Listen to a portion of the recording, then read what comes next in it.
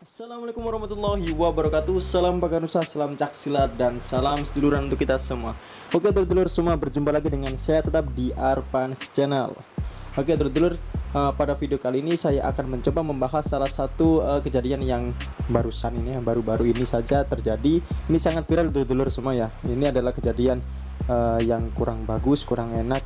Ini berita duka bagi dulur-dulur PSAT di Surabaya. Ini terjadi pengeroyokan sehingga korban sampai meninggal ya dulur-dulur. Dan di sini sebelum Kang Arfans memulai membahas ini, alangkah baiknya mari kita kirimkan doa semoga korban almarhum diberikan di tempat yang sangat-sangat indah di sisinya, dan segala kesalahan beliau diampuni, dan segala perbuatan baik atau amal baiknya diterima oleh Allah Subhanahu wa taala. Mari kita berdoa. Al-Fatihah. Oke, dulur semua, lanjut ya. Di sini Kang Arfans mengucapkan turut berbelasungkawa dengan sedalam-dalamnya atas meninggalnya dulur dari PSAT di Balongsari, Surabaya. Ini memang kejadian yang sangat-sangat membuat geram semua orang. Tidak terkecuali dari PSAT saja, apalagi dikabarkan kemarin-kemarin ini bahwasannya pelaku itu dari oknumnya Pagar Nusa. Aduh, saya shock dulu, kok masih ada seperti ini terusan, nggak ada habisnya. Kenapa dulu ya? Lalu beberapa hari dalam 2 kali 24 jam ini saya tidak menceritakan kronologinya ya dulur. Ini saya tidak menceritakan kronologinya, tapi saya akan mencoba membahas dari sisi yang lainnya. Ini terutama lebih ke pelakunya. Ini dalam penyelidikan polisi dalam 2 kali 24 jam, dan alhamdulillah para pelaku ini tertangkap dengan jumlah 5 orang, dengan yang satu ini masih DPO. Alhamdulillah dulur ya. Ini perlu diapresiasi kepada aparat kepolisian Polrestabes Surabaya yang telah bekerja luar biasa. Ini sangat cepat dulur. Cuma 2 kali 24 jam saja para pelaku pengeroyokan sehingga mengakibatkan dulur PSAT ini meninggal, ini langsung tertangkap. Ini yang perlu saya bahas, bukan siapa ataupun dengan modus apa. Insya Allah penjelasan dari kepolisian sudah sangat-sangat jelas dan bisa lihat seperti ini ya. Itu adalah beberapa yang disampaikan oleh polisi terkait kejadian tersebut. Dan di sini yang perlu saya bahas itu ketika pelaku ini belum tertangkap, ini media ataupun kabar berita ini sangat-sangat cepat dulur. Apalagi yang dikabarkan itu adalah oknum Pagar Nusa yang menyerang.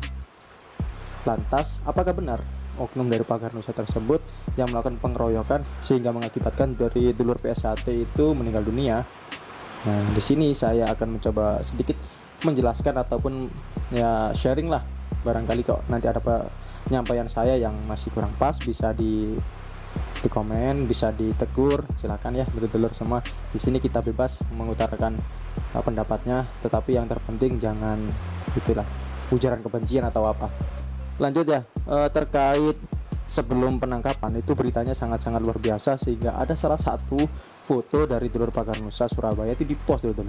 Ini yang menjadi pelakunya sekarang DPO.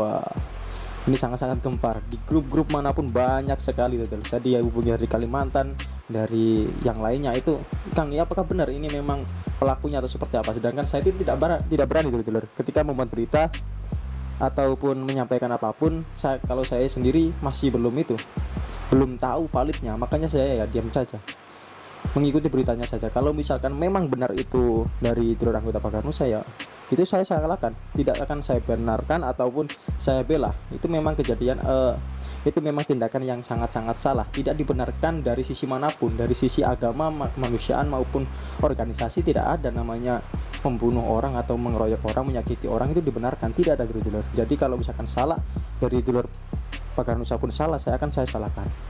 Kembali lagi pada topiknya ya dulur. Kemarin sebelum penangkapan itu sangat luas sekali beredar berita bahwasanya ada oknum dari Pagar Nusa yang mengeroyok.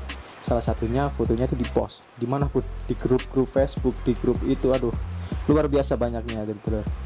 Dan sampai di Instagram yang diduga pelakunya ini, waduh, tidak luput dari serangan bukan serangan sih, komentar-komentar pedas luar biasa banyak sekali. Satu postingan itu bisa 2.500-an. Mungkin bisa diperhatikan ketika kita mendapatkan berita, mendapatkan kabar, ayolah kita klarifikasi terlebih dahulu, mari kita cari kebenarannya. Jangan sampai ikut-ikutan atau seperti apa. Nanti takutnya ya dulur ya, kasihan yang diduga ini dulur, pasti kena mental ini. Saya yakin pasti akan keluar rumah pun agak susah. Nanti takutnya keluar ternyata di belakang ada yang nyerang ataupun mengeroyok lagi. Karena itu tadi ya dulur, hebatnya provokator ini loh. Gimana? Aduh, sampai ribuan orang yang menyangka bahwasanya dia ini adalah pelakunya. Waduh, yang dituduh itu ternyata bukanlah pelakunya, karena pelakunya sudah tertangkap dengan inisial yang sudah dijelaskan oleh kepolisian, dan yang satu ini tidak.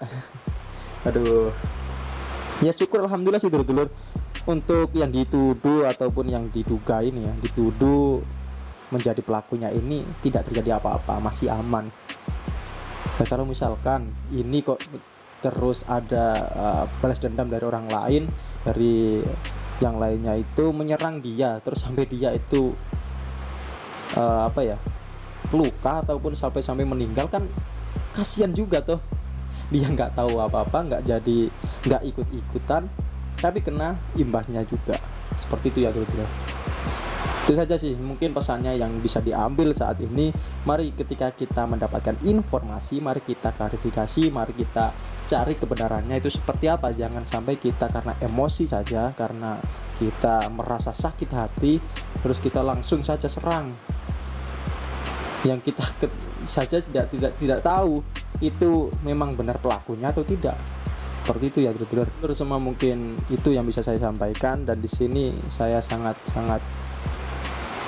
prihatin kenapa kejadian-kejadian seperti ini terus terulang, tidak ada habisnya.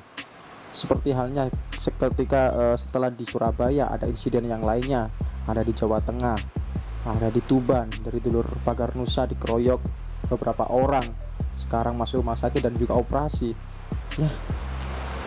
Terus kapan dulur kita terus saling serang, kita terus saling menuduh, kita terus saling kroyok? Aduh, kapan terus-terusan seperti ini? Dan lama-kelamaan nama pencaksilat pun tidak akan dipercaya oleh masyarakat kalau masih banyak oknum-oknum yang seperti ini.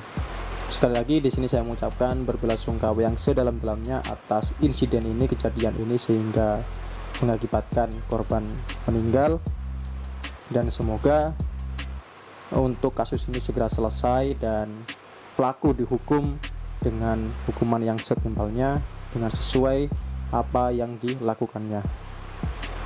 Saya tidak melihat apa latar belakangnya dari pelaku-pelaku ini. Kalau sesuai dengan pernyataan kepolisian bahwasanya pelaku ini tidak ada sangkut pautnya dengan perguruan pencaksilat yang lain yang seperti beredar di media sosial.